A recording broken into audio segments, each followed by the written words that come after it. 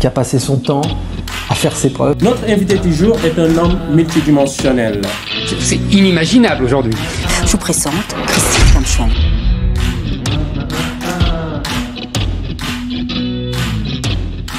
Alors bonjour, j'espère que vous allez bien les amis de la raison.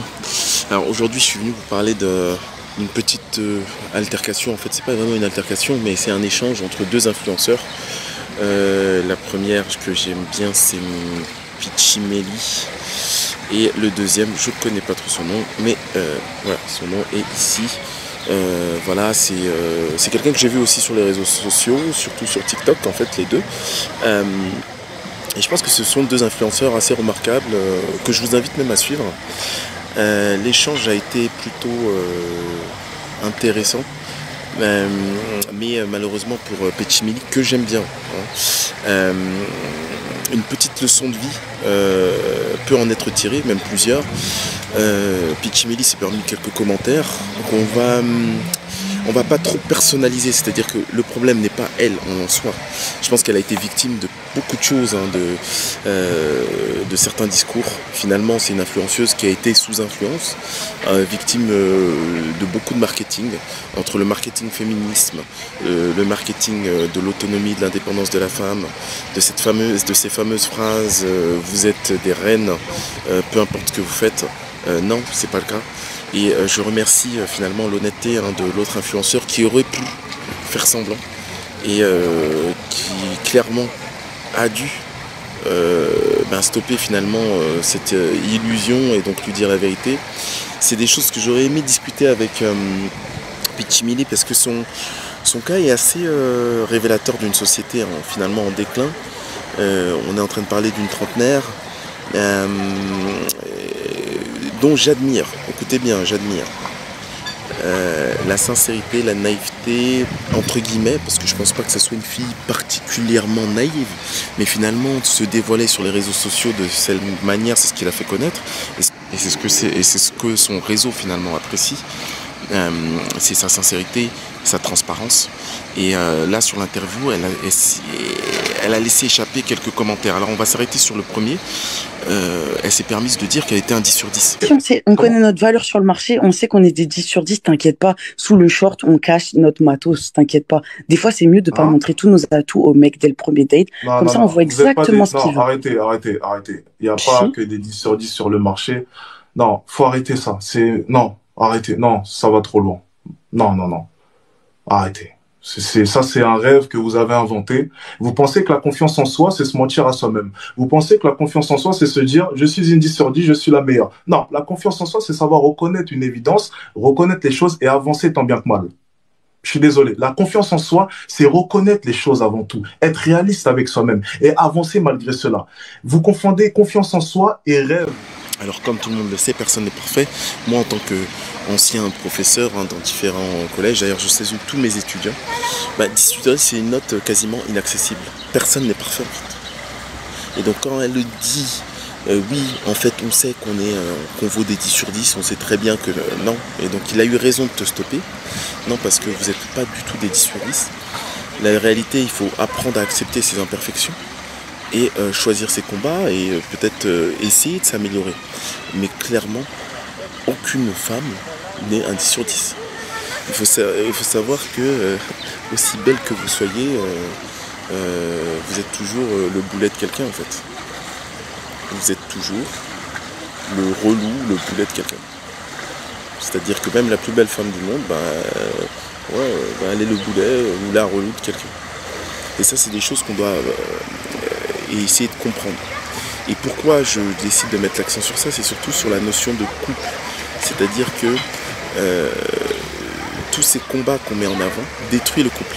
Aujourd'hui, vous êtes une génération où on ne vous donne pas envie de vous mettre en couple. On vous donne finalement espoir dans d'autres réalités, que ce soit les jeux vidéo, que ce soit tout ce qui est influenceuse, tout ce qui est finalement argent facile. Finalement, vous êtes une génération sans modèle. Nous, à notre époque, on nous inculquait encore le travail.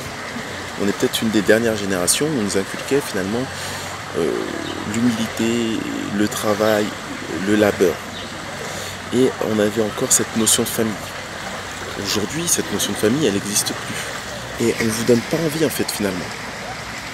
Quand on passe son temps à mettre en avant l'autonomie de la femme, le fait qu'une femme n'a pas besoin d'un homme, pourquoi ne pas dire que finalement, on a tous besoin l'un de l'autre? Pourquoi ne pas mettre en avant cette interdépendance? Pourquoi ne pas mettre en avant le fait que finalement, bah oui, un couple, c'est dans ce foyer qu'on apprend à survivre. Et d'ailleurs, on est en train de travailler sur ça, sur non seulement une plateforme qui aide les couples, mais aussi travailler sur cette notion de relation de couple avec tout ce qu'on fait, tout ce qu'on a mis en place sur ALR.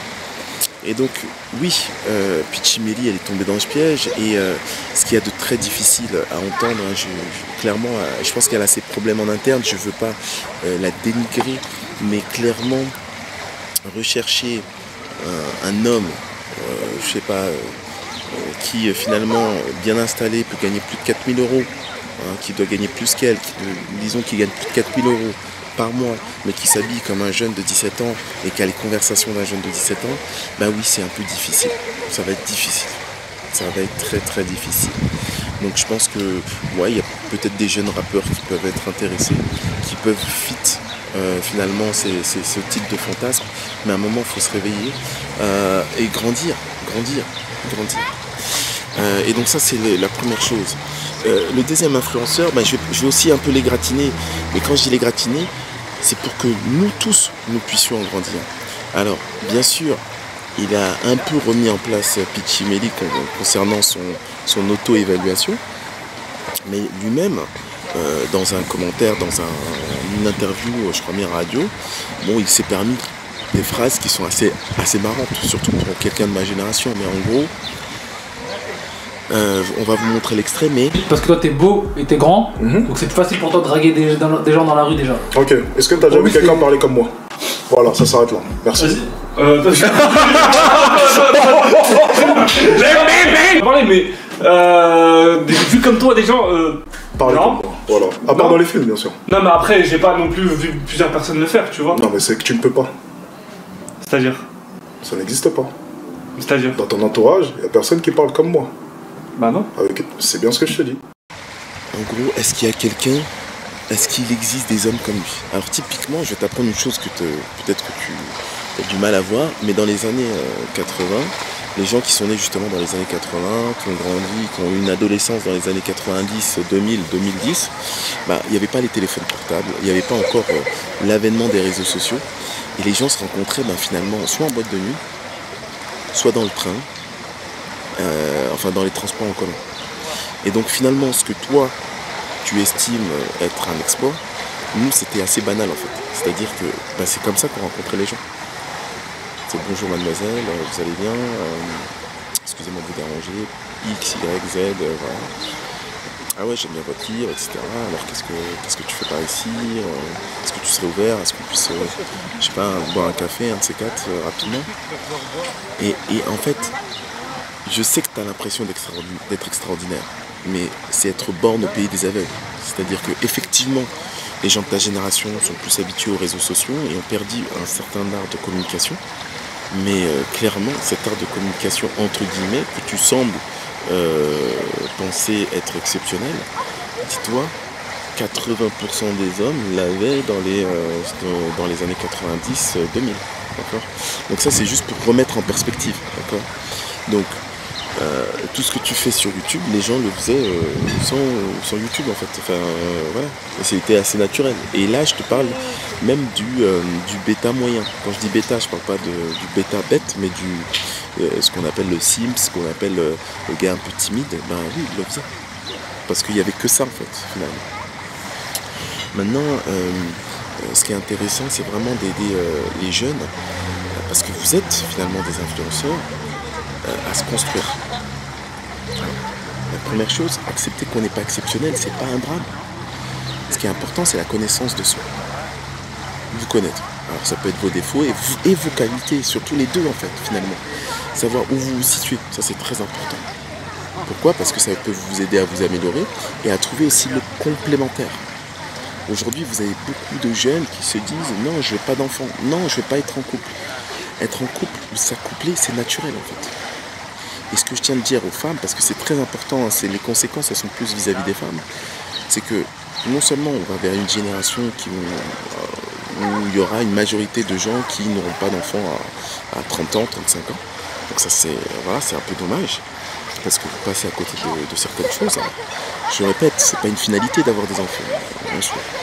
Mais connaître l'amour, connaître cette résonance, trouver quelqu'un avec qui vous résonnez, vous êtes à la même fréquence. C'est tellement bon et tellement beau, je trouve ça dommage que des gens passent à côté. Et encore une fois, je vous dis, vous n'allez pas forcément faire d'enfant. Mais c'est dommage. Et oui, pour une fille, c'est très facile finalement de trouver quelqu'un pour dormir le soir une nuit. Ça, il n'y a pas de problème. C'est-à-dire que la fille moyenne, 90% des filles moyennes peuvent facilement trouver tous les jours un mec avec qui dormir le soir. Tous les jours. Mais il est très très dur de trouver un homme qui va vouloir vous épouser. Ça c'est autre chose. Et donc je pense qu'il est bon pour les femmes qui veulent justement peut-être trouver un homme, finalement d'écouter finalement les hommes. Je sais que ça peut paraître bête, mais c'est juste de l'ingénierie de base. Quand vous voulez monter un business, vous vous intéressez à vos clients. Écoutez vos clients, c'est la petite base de n'importe quel business. Et là, je vous conseille finalement d'écouter les hommes, ce qu'ils attendent. Et ils n'attendent pas grand-chose d'une femme. Ils attendent de la quiétude, de la plénitude, retrouver de la sérénité. Ils attendent du respect et de la loyauté. C'est pas si compliqué en fait. Parce qu'un homme par défaut, il va vouloir subvenir à son cœur, par défaut. Oui, il va mettre, parce que bring to the table, il va le faire par défaut. Et donc c'est pas si compliqué. De l'autre côté, vous savez, aujourd'hui, ça va être de plus en plus difficile de convaincre l'homme. Parce que dans tous ces discours, l'homme il se retrouve pas. Il sent qu'il a perdu quoi qu'il arrive.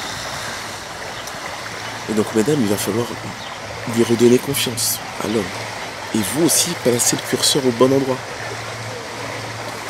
L'argent, c'est une chose. La sérénité, c'en est une autre. Est-ce que vous voulez être avec un footballeur et avoir 99% de chances qu'il vous trompe? Ou est-ce que vous voulez être avec un avocat qui va finalement, oui, potentiellement aussi vous tromper? Mais peut-être pas autant. Ou préférez peut-être être avec, je sais pas, un manager au KFC qui... Finalement, non, vous êtes loyal. Enfin, c'est pas associé finalement à la catégorie socio-professionnelle. Mais il y a des catégories socio-professionnelles qui vont finalement être plus enclines, qui vont correspondre à plus ou moins certaines personnes. En gros, vous ne pouvez pas avoir le beurre et l'argent du beurre. D'accord? Quand vous avez un avocat, oui, il va travailler très dur. C'est pas du 9 to 5.